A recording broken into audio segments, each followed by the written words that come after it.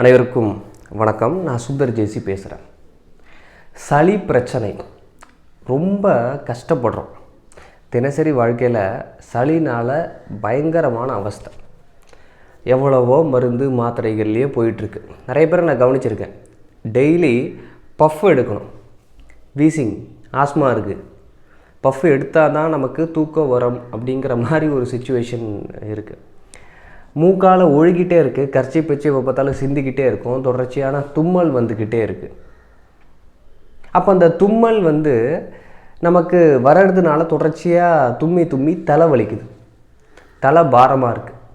சளி வந்தாலே நமக்கு எப்படி இருக்குது, ஒரு மாதிரி காய்ச்சல் வந்த மாதிரி.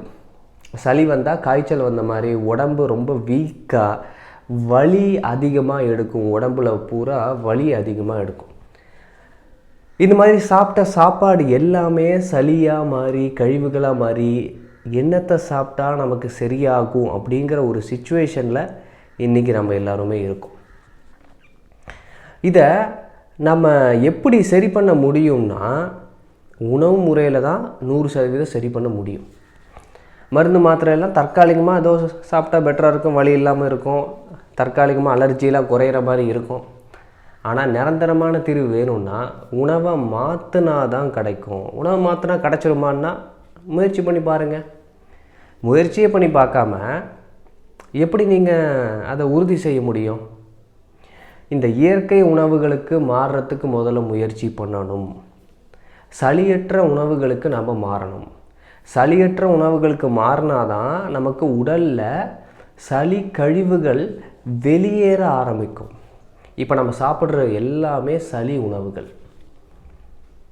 இட்லி, தோசை, பூரி, பொங்கல், சப்பாத்தி, சாதம், அது பாரம்பரிய அரிசியாக இருக்கட்டும், சிறுதானியமாக இருக்கட்டும், எந்த வகையாக இருந்தாலும் சரி, இறைச்சி, முட்டை, பால் சார்ந்த பொருட்கள், வெளியில் சாப்பிடக்கூடிய ஜங்க் ஃபுட்ஸு, ஸ்நாக்ஸ் ஐட்டம், இந்த மாதிரி ப்ராசஸ்டு ஃபுட்ஸு, பேக்கடு ஃபுட்ஸு, இது எல்லாமே உடம்பில் சளியை அதிகப்படுத்துகிற ஒரு உணவு முறையாக இருக்குது.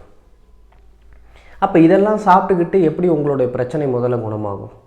இதெல்லாம் தினசரி சாப்பிட்டுட்டே இருக்கிறதுனால உருவாகிட்டே இருக்குது. வெளி சாப்பாடெலாம் சாப்பிட மாட்டேன், நான் வீட்டு சாப்பாடு தான் சாப்பிடுவேன், சுத்தமாக சமைச்சு தான் சாப்பிடுவேன் அப்படின்னாலும் அவங்களுக்கும் சளி பிரச்சனை இருக்குது. சளினா சைனஸு, ஆஸ்மா, வீசிங், நெஞ்சு சளி, மூக்கில் தண்ணியாக ஊற்றுறது, வாயில் மஞ்சளாக வருது, பச்சையாக வர்றது, ரத்தத்தோடு கலந்து வருது, எல்லாமே அதை பொருந்தும். கடுமையான மைக்ரேன், அதுவும் சளி சார்ந்த பிரச்சனை தான். தலைவலி பிரச்சனை, ஒற்றை தலைவலி, கடுமையாக தலைவலிக்கிறது, பாரமாக இருக்கிறது, இதுவும் தான். இப்போ என்ன தான் நீங்கள் வீட்டில் சமைச்சாலும் சளியற்ற உணவுகளுக்கு மாறாத வரைக்கும் உடம்புக்கு நமக்கு சரியாகாது. இப்போ சளியற்ற உணவுனா என்ன? அனைத்து வகையான பழங்கள், பச்சை காய்கறிகள், சமைத்த காய்கறிகள், எக்ஸப்ட் மாவு காய்கறிகள், உருளைக்கிழங்கு, சேப்பங்கிழங்கு, கருணக்கிழங்கு, இதெல்லாம் கொஞ்சம் சளி உண்டு பண்ணும். மற்ற கீரைகள், எல்லா கீரைகளும் நம்ம சாப்பிட்லாம். இது எல்லாமே சளியற்ற உணவுகள். ட்ரை ஃப்ரூட்ஸ், நட்ஸு வகைகளில் நம்ம கொஞ்சம் லிமிட்டடாக எடுத்துக்கலாம், குறைந்த அளவு எடுத்துக்கலாம். தேங்காயெல்லாம் சாப்பிட்லாம், நல்லா சாப்பிட்லாம். ஸோ இது எல்லாமே சளியற்ற உணவுகள். ஆனால் பழங்கள் சாப்பிட்டாலும் சளி பிடிக்குது. ஆரம்பத்தில் எல்லா பழங்களும் சாப்பிட முடியாது, ஒரு சில பழங்கள் மட்டும்தான் சாப்பிட முடியும். ஆனால் எல்லா காய்கறிகள், சமைத்த காய்கறிகள் சாப்பிட்லாம். தற்காலிகமாக நீர் காய்கறிகள் அவாய்ட் பண்ணுற மாதிரி இருக்கணும். பழங்கள் என்ன தான் சாப்பிட்லாம் அப்படின்னா, தேங்காய் சாப்பிட்லாம், ஆப்பிள் சாப்பிட்லாம், மாதுளை சாப்பிட்லாம், பப்பாளி சாப்பிட்லாம், கொய்யா சாப்பிட்லாம். இதெல்லாம் சாப்பிட்டா பெருசாக சளி தொந்தரவு வராது. மற்ற வேறு எந்த வகையான பழங்கள், புளிப்பு பழங்கள், நீர் பழங்கள், தண்ணீர் பழங்கள், இதெல்லாம் சாப்பிட்டோம்னா கொஞ்சம் சளி பிரச்சனை ஆரம்பத்தில் இருக்க தான் செய்யும். ஸோ அப்போ இந்த பழங்களுக்கு மாறணும். பொரியல் மாதிரி வீட்டில் பண்ணி சாப்பிட்லாம். அவரைக்காய், கோவக்காய், பீன்ஸு, பீட்ரூட்டு, முட்டைக்கோஸு, காலிஃப்ளவரு, இல்லை கீரை, இதெல்லாம் பொரியல் பண்ணி நல்லா சாப்பிட்டுக்கலாம். ஸோ இந்த மாதிரிலாம் நம்ம பிரதான உணவுகளாக மாற்றி சாப்பிட்டு நார்மலாக சாப்பிடக்கூடிய உணவுகளை நம்ம குறைச்சி சாப்பிட்டுட்டு வர தான் நமக்கு இம்ப்ரூவ்மெண்ட்ஸ் தெரியும். இந்த சளி பிரச்சனையிலேருந்து முழுமையாக வெளில வர முடியும். இந்த சளியற்ற உணவுகளை நீண்ட நாளைக்கு நம்ம தொடர்ச்சியாக பண்ணுறதுனால நிரந்தரமான தீர்வு இதிலேருந்து கிடைக்கும். படிப்படியாக நம்மளோட மருந்து மாத்திரைகளையும் நிப்பாட்டி மருந்து இல்லாத ஒரு இயல்பு வாழ்க்கைக்கும், உணவு மட்டும் சாப்பிட்டுட்டு ஆரோக்கியமாக இருக்கிற வாழ்க்கைக்கும் வர முடியும்.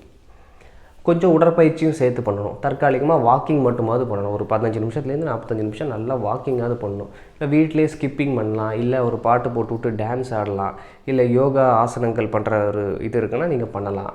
இல்லை ஜிம் எதுவும் போவீங்கன்னா போகலாம். ஆனால் ஜிம்முலாம் போனால் லைட்டாக பண்ணணும். ஏன்னா இந்த டயட் சிஸ்டம்லேருந்து அது ஹெவியாக பண்ணக்கூடாது, லைட்டாக பண்ணணும். ஸோ இது மாதிரி உடம்புக்கு ஹீட்டு வர மாதிரி ஒரு ஸ்லோ ஜாகிங் இது மாதிரி ஏதாவது பண்ணால் இந்த சளி கழிவுகள்லாம் நல்லா நம்மளை விட்டு கரைஞ்சி வெளியில் போகும். ப்ளஸ் இந்த உணவு முறையை மாற்றணும். மாற்ற நமக்கு படிப்படியாக நிரந்தர தீர்வுக்குள்ளேயும் நல்ல ஆரோக்கியத்துக்குள்ளேயும் நம்மளால் வர முடியும். ஸோ சளியற்ற உணவுகளுக்கு மாறுங்க. சளி உணவுகளை நிப்பாட்டுங்க. தற்காலிகமாவது நிப்பாட்டுங்க. உங்கள் பிரச்சனை சரியாகிற வரைக்குமா நிப்பாட்டுங்க. இப்போ எவ்வளவோ குழந்தைகளுக்கு பயங்கரமான சளி பிடிக்குது. பெரியவங்க பல வருஷமாக சளி பிரச்சனையில் இருக்காங்க. என்ன தீர்வுன்னே தெரில. நான் தீர்வு சொல்கிறேன், அதை கேட்டு பண்ணுங்கள். கண்டிப்பாக உங்களுக்கு நிரந்தரமான தீர்வு இதில் கிடைக்கும். என்னுடைய ஆன்டி மியூக்கஸ் ப்ரோக்ராம்லேயும் நீங்கள் சேர்ந்து பயிற்சி பண்ணலாம். 30 நாள் பயிற்சி வாட்ஸ்அப் குரூப்பில் தொடர்ச்சியாக நான் உங்களுக்கு கைட் பண்ணுவேன். எப்படி இந்த சளியற்ற உணவுகளுக்கு மாறுறது, விரதங்கள் எப்படி பண்ணுறது விஷயம்லாம் நான் அதை சொல்லிக் கொடுப்பேன். மற்ற டீடாக்ஸ் ப்ரோக்ராம்களும் தொடர்ச்சியாக நான் நடத்திட்டு வரேன். 15 நாள் பேசிக் ப்ரோக்ராம் இருக்குது, 24 நாள் பயிற்சி இருக்குது, 30 நாள் பயிற்சி இருக்குது, அப்புறம் இந்த ஆன்டி மியூக்கஸ் ப்ரோக்ராம் இருக்குது. இல்லை பர்சனல் கன்சல்ட்டிங்கும் நான் கொடுத்துட்டு தான் இருக்கேன். ஸோ இதெல்லாம் நீங்கள் பயன்படுத்திக்கிட்டு ஒரு ஆலோசனையோட உங்களுடைய உணவு முறைகளை மாற்றி ஆரோக்கியத்தை நீங்கள் கண்டிப்பாக திரும்ப எடுக்க முடியும். உணவே மருந்து, அதை புரிஞ்சுக்கிட்டு பயிற்சி பண்ணுங்கள். நிறையா வீடியோஸ் யூடியூப்பில் பேசியிருக்கேன், அதை பார்த்தும் நீங்கள் நிறைய அண்டர்ஸ்டாண்டிங் எடுத்துக்கலாம். கண்டிப்பாக நம்ம அடுத்த வீடியோவில் சந்திக்கிறேன். அடுத்த நல்ல முக்கியமான விஷயங்களை நான் உங்களுக்கு சொல்கிறதுக்கு காத்துட்ருக்கேன். உணவே மருந்து, இயற்கை உணவே நோய் தீர்க்கும் மருந்து. நன்றி, வணக்கம்.